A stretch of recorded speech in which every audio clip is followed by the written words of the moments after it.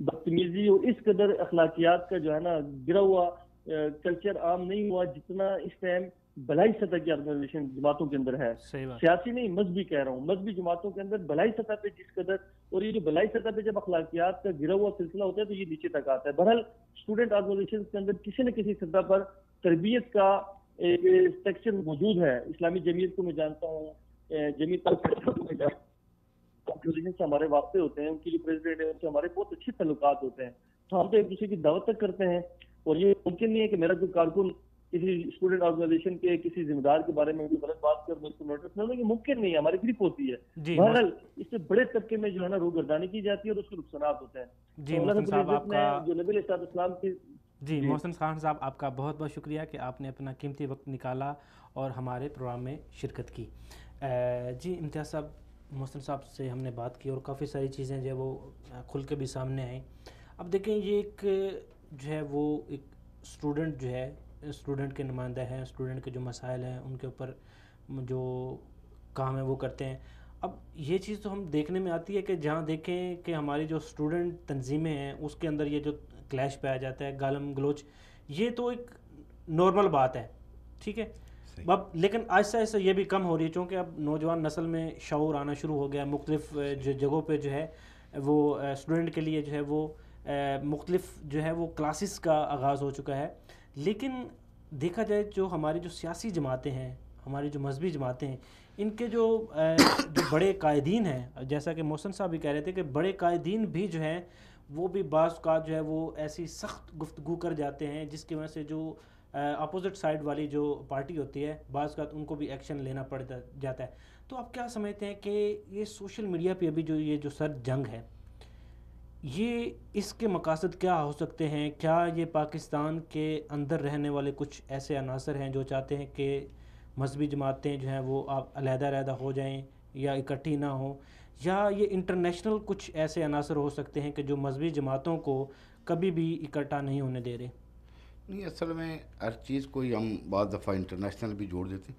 ہمارے کچھ اپنے مسائل بھی ہیں، اور اصل مسئلہ تو ہمارا یہ ہے کہ ہم اصل میں تنگ نظری کا شکار ہیں. میں اپنے مسلک کے اندر موجود ہوں اور میں اسی کو سارا کچھ ہی سمجھ رہا ہوں. آپ جس مسلک سے ہیں آپ اسی کی نمائندگی کریں. اصل میں یہ تنگ نظری کا نتیجہ ہے. لیکن اس چیز کو کافی عرصے سے میں محسوس کرتا ہوں کہ علماء، ہم نہ صرف ہم معاشرہ بلکہ علماء کرام نے بھی محسوس کیا، اور اس کے لیے انہوں نے ایک پلیٹ فارم بھی بنایا. الحمدللہ آپ نے دیکھا ہوگا کل جو معاشرہ یہ لوگ یہ کہہ رہے تھے کہ یہ جی ایک جگہ نماز نہیں پڑھ سکتے، یہ ایک جگہ بیٹھ نہیں سکتے.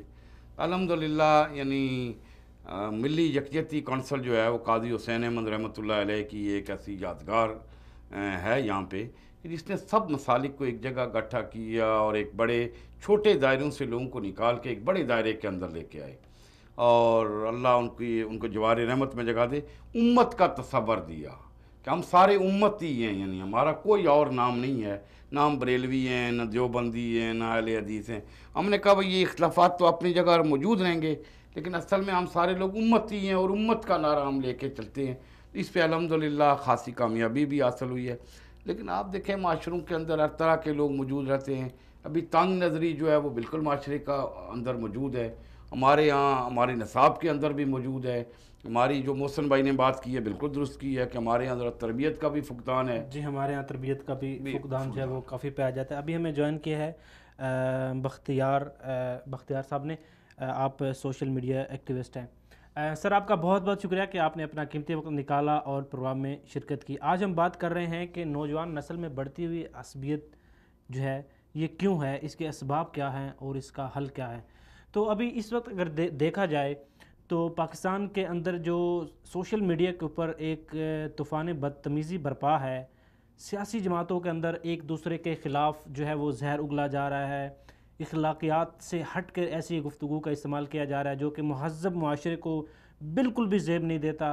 اور اس کے بعد اگر دیکھا جائے یہ صرف سیاسی پارٹیوں میں نہیں، اگر جو ہماری مذہبی جماعتیں ہیں، مذہبی جماعتوں کے اندر بھی یہ رجحان بہت بڑھ گیا ہے. اور یہ اگر صرف آپ اس مہینے کی ایک رپورٹ دیکھیں تو آپ حیران رہ جائیں گے کہ ہماری جو مذہبی جماعتیں ہیں وہ یہاں تک پہنچ چکی ہیں کہ سوشل میڈیا کے اوپر جو ہے وہ ایک دوسرے کے خلاف بیان بازی جو ہے اخلاق سے باہر ہو کے گالم گلوچ تک پہنچ گئی ہے. تو آپ کیا سمجھتے ہیں، کیا یہ مذہبی جماعتوں کو آپس میں کلیش کروانے کے لیے، لڑانے کے لیے کوئی سازش ہے یا کوئی اور عناصر ہے؟ اس کا ذمہ دار کون ہے؟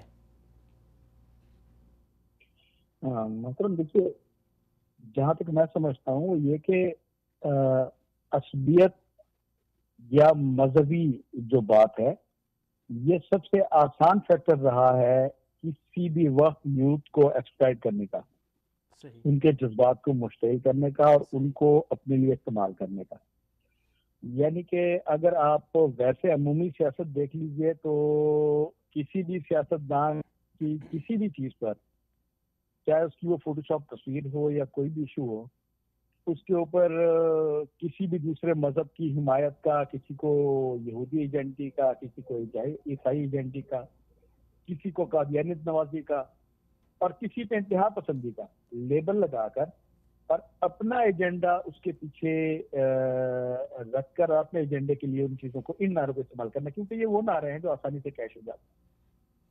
اسی طرح سے جو دوسرا نعرہ ہے جو عصبیت کا ہے، اس میں دیکھیے کہ ہمارے جو معاشرے میں مطلب ہم کچھ حقائق ہیں جن کے ساتھ ہم لوگ جی رہے ہیں۔ وہ حقائق یہ ہیں کہ ہمارے ساتھ ایک صوبہ بلوچستان ہے، وہ حقائق یہ ہے کہ ہمارے ساتھ کراچی ہے جو ایک ہاٹ اسپاٹ ہے، وہ حقائق یہ ہے کہ ہمارے ساتھ سرائکی بیلٹ ہے جو جنوبی پنجاب کا حصہ ہے، ہمارے ساتھ پختونخوا کا حصہ ہے جس کے ساتھ ڈیوینڈ لائن کا ایشو ہے، مستقل ایک ملک کے ساتھ وہ لگتا ہے جو کہ اس پہ ملکیت کا دعویٰ کرتا ہے۔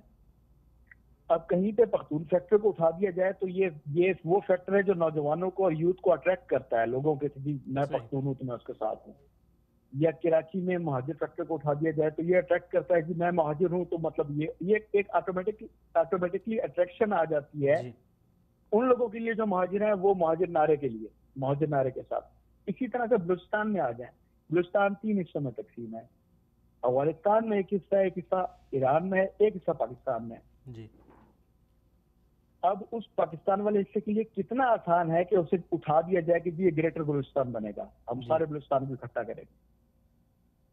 ان چیزوں کو ریاست کو دیکھنا چاہیے۔ اگر ریاست ماں کے جیسی ہے تو ریاست کو دیکھنا چاہیے کہ میرے بچوں کو کہاں تکلیف ہے، میرے بچوں کے، جس طرح ایک ماں دیکھتی ہے نا کہ میرے بچے کے کان میں درد ہے، اس کے پیٹ میں درد ہے، یہ سو کیوں نہیں رہا، یہ کیوں پریشان ہے، یہ نیند کیوں نہیں کر رہا، تو ریاست کو دیکھنا چاہیے کہ اس کی جو اندر اکائیاں ہیں موجود، وہ اکائیاں کس حد تک ریاست سے سیٹسفائیڈ ہیں۔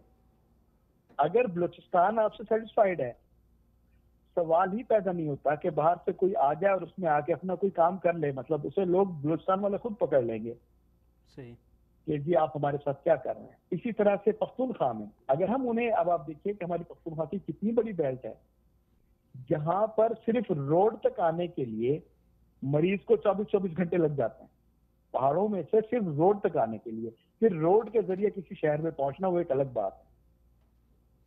اسی طرح سے ہماری سرائکی بیلٹ کو دیکھ لیجیے، یہاں پر کیا ہمیں وہ سہولیات مل رہی ہیں جو کہ اپر پنجاب کے ایریا میں مل رہی ہیں؟ ایسا نہیں۔ تو بات یہ ہے کہ ریاست کو ان چیزوں کو سمجھنا چاہیے۔ اگر ریاست واقعتاً ماں بن کے سوچے نا تو کبھی بھی ایسے ایشو پیدا ہی نہ ہو کہ جس میں عصبیت اٹھ جائے یا جذبات لوگوں کے مشتعل کرنا اتنا آسان بن جائے۔ یہ وہ احساس محرومی ہے جو ہمارے اندر سے نکل کے آتا ہے۔ اسی طرح سے مذہب کے نعرے کو ایکسپلائٹ کرنا ہم دیکھتے آ رہے ہیں ہماری سیاست میں کیا ہو رہا ہے کہ کسی کے پر بھی نعرہ لگا دیں اور مطلب ٹھیک ہے وہ ہے نہیں ہے، وہ بات کی بات ہے، لیکن وہ ایک دفعہ آپ کو نعرہ تو کیش ہو جاتا ہے۔ سر دیکھیں، یہاں پر سوال یہ پیدا ہوتا ہے کہ ٹھیک ہے ریاست کے ہم کہتے ہیں کہ کافی سارے ایسے نقص ہیں جس میں ریاست جو ہے وہ اپنی ذمہ داری پوری نہیں کر رہی، لیکن دیکھیں کچھ چیزیں ہوتی ہیں کہ وہ انسان کے اپنے اختیار میں ہیں۔ اب مذہبی جماعتیں جو ہیں ان کا جو منشور آپ دیکھیں، ان کا منشور کیا ہے، ٹھیک ہے، اور پھر وہ ان کے درمیان اس طرح کی گفتگو ہونا، اس طرح کے جو مباحثے ہونا جو اخلاقیات سے ہٹ کے ہیں، تو میرے خیال میں یہ تو بالکل ہی سراسر زیادتی ہے اس معاشرے کے ساتھ، اس عوام کے ساتھ، کہ جب دیکھیں کہ مذہبی جماعتیں جو کہ پاکستان کے اندر جن کا ایک اچھا خاصا رتبہ ہے، لوگ ان پہ اعتماد کرتے ہیں، لیکن ان کے اندر اس طرح کے اگر کلیش ہوں گے تو عوام جو ہے وہ ان کا اعتماد پھر کیسے بحال کر پائیں گے؟ کیسے عوام کا بحال جو اعتماد ہے وہ ان کے اوپر رہے گا؟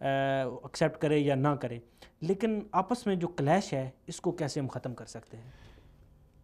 بختیار صاحب نے اس موضوع پہ بڑی اچھی بات کی ہے، اسی کو ہم بات کو ذرا آگے بڑھاتے ہیں۔ اصل میں تربیت کا ہی فقدان رہا ہے، اس کو ختم کرنے کے لیے ہمیں اپنی جماعتیں جو ہیں، جس جماعت جو موجود ہے معاشرے کے اندر، لوگ دینی جماعتوں کے ساتھ، مذہبی جماعتوں کے ساتھ صرف اسی لیے جاتے ہیں کہ وہ جماعتیں ان کی تربیت کرتی ہیں صحیح تقریباً، اور یعنی قیادت کو بھی یہ یاد رکھنا چاہیے، قیادت کے ذمہ بھی یہ کام ہے کہ کارکن بیسیکلی قیادت کا ہی وہ جو ہے عکس ہوتا ہے۔ صحیح جس طرح کی آپ کی قیادت ہوگی، جس طرح کی آپ کی لیڈرشپ سوچے گی، کارکن بھی تقریباً ایسے ہی سوچتا ہے، الا ماشاء اللہ۔ صحیح تو اس لیے ہماری قیادت کو بھی چاہیے، جو دینی تحریکیں ہیں، جو مذہبی جماعتیں ہیں، ان کو اپنے کارکنان کی تربیت کرنی چاہیے۔ اس کے لیے اصل میں کردار میڈیا کا بھی ہے، لیڈرشپ کا بھی ہماری لیڈرشپ ہے، میڈیا ہے، دینی جماعتیں ہیں، اسی طرح علماء اکرام ہیں، جمعہ ہمارے یہاں ہیں۔ تو جب تک یہ ایک یعنی بہت مشکل کام ہے، لیکن یہ یعنی ایسا نہیں ہے کہ یہ ناممکن ہے۔ اس کو اگر کوئی معتبر ذرائع سے، معتبر طریقے سے اس کو اگر انجام دیا جائے تو یہ بڑا پاسبل ہے، معاشرہ چاہتا بھی یہی ہے۔ آپ کہتے ہیں کہ معتبر طریقے سے، آپ کیا سمجھتے ہیں کہ وہ کون سا معتبر طریقہ ہے؟ میں آپ کو بتاتا ہوں، دینی جماعتیں جس طرح ہیں، یعنی اب موضوع ہمارا شاید دینی جماعتیں ہی ہیں یا سیاسی جماعتیں ہیں، ہم کوئی چیز طے کریں، ہم نے آج تک آپس میں کوئی چیز طے ہی نہیں کر سکے کہ ہم نے کن بنیادوں کے اوپر سیاست کرنی ہے، اس کے کیا اصول ہوں گے، اس کے کیا قانون ہوں گے۔ ہم ذاتیات پہ نہیں آئیں گے، اختلاف پر اختلاف نہیں کریں گے، ایک بہترین جینون جمہوری انداز میں جو ایک اپوزیشن کا کردار ہے وہ ہم یعنی کریں گے۔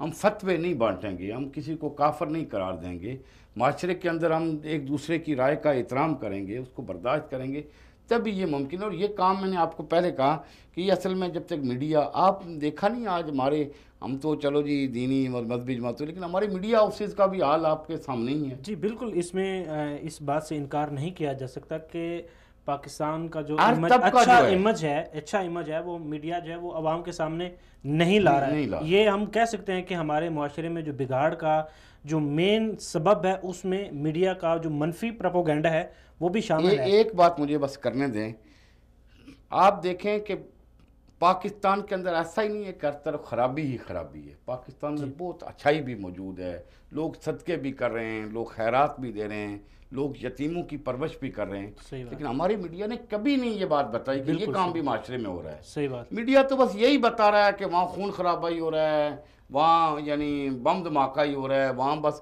فیض آباد کا مطلب یہ ہے کہ پورا پاکستان میں ایسا ہی ماحول ہے۔ ایسا نہیں ہے، جو دیار غیر میں بیٹھے ہیں وہ اطمینان رکھیں کہ ایسا نہیں ہے، وہاں خیر بھی موجود ہے، وہاں ایسی خیر ہے۔ کاش کہ ہمارا جو ہے وہ میڈیا جو ہے وہ اس کو ہائی لائٹ نہیں کر رہا ہے، اور وہ کسی کے اشاروں پہ یعنی ایسی بات ہے۔ اس پہ انشاءاللہ لوگ یہ بات سمجھ گئے ہیں، یعنی یہ شعور آ گیا ہے، احساس ذہان جو ہے یہ معاشرے کی بڑی احساس ہوتی ہے اور یہ موجود ہے وہاں پہ۔ جی امتیاز عباسی صاحب، آپ کا بہت بہت شکریہ کہ آپ نے اپنا قیمتی وقت نکالا اور پروگرام میں آپ کا شرکت بہت کی۔ شکریہ کہ آپ نے ہمیں یعنی اپنے اس پروگرام میں لیا۔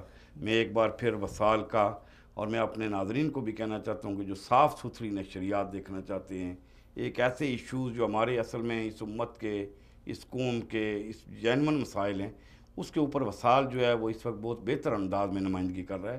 باقی تو آپ جو ہماری باقی میڈیا ہے وہ آپ کے سامنے ہے کہ وہ کہاں تک اور کس طرح کا انتشار معاشرے کے اندر پھیلا رہا ہے۔ تو میں وصال کا، ٹیم کا، اس کے ڈاکٹر صاحب کا بہت مشکور ہوں۔ جی امتیاز عباسی صاحب، آپ کا بہت بہت شکریہ۔ اسی طرح محسن خان صاحب، آپ کا بھی بہت بہت شکریہ، اور بختیار صاحب آپ کا بھی بہت بہت شکریہ۔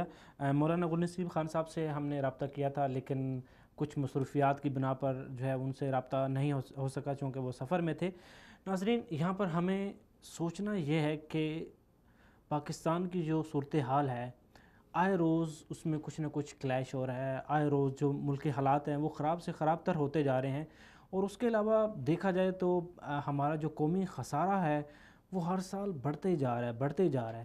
اب اس ساری صورتحال کو کس طریقے سے ہینڈل کیا جائے، کس طریقے سے، اب دیکھیں ایک چیز تو ٹھیک ہے، ہم کرائسس میں ہیں، ان سارے مسائل میں ہیں، لیکن اس کا یہ حل نہیں ہے کہ ہم سوشل میڈیا کے اوپر ایک دوسرے کے خلاف ایسے القابات کا استعمال کریں، یا ایسی جو نازیبہ گفتگو ہے اس کا جو ہے، اب دیکھیں آپ جتنی مرضی جو ہے وہ اس طرح کی گفتگو کر لیں، کیا اس طرح کے جو آپ کے مقاصد ہیں اس کو آپ جو ہے وہ حاصل کر سکتے ہیں؟ یقیناً کبھی بھی نہیں، کیونکہ پاکستان کا جو معاشرہ ہے وہ اس چیز کو کبھی بھی ایکسیپٹ نہیں کرتا کہ آپ ایسے الفاظ کا چناؤ کریں جو آپ کے شخصیت کو زیب نہیں دیتا. تو ہمیں چاہیے کہ چاہے سوشل میڈیا ہو چاہے ہماری پریکٹیکل لائف ہو, ہمیں اخلاق کی جو ایک پہلو ہے اس کو نہیں چھوڑنا چاہیے, چونکہ ہماری جو پہچان ہے وہ اچھا اخلاق ہے.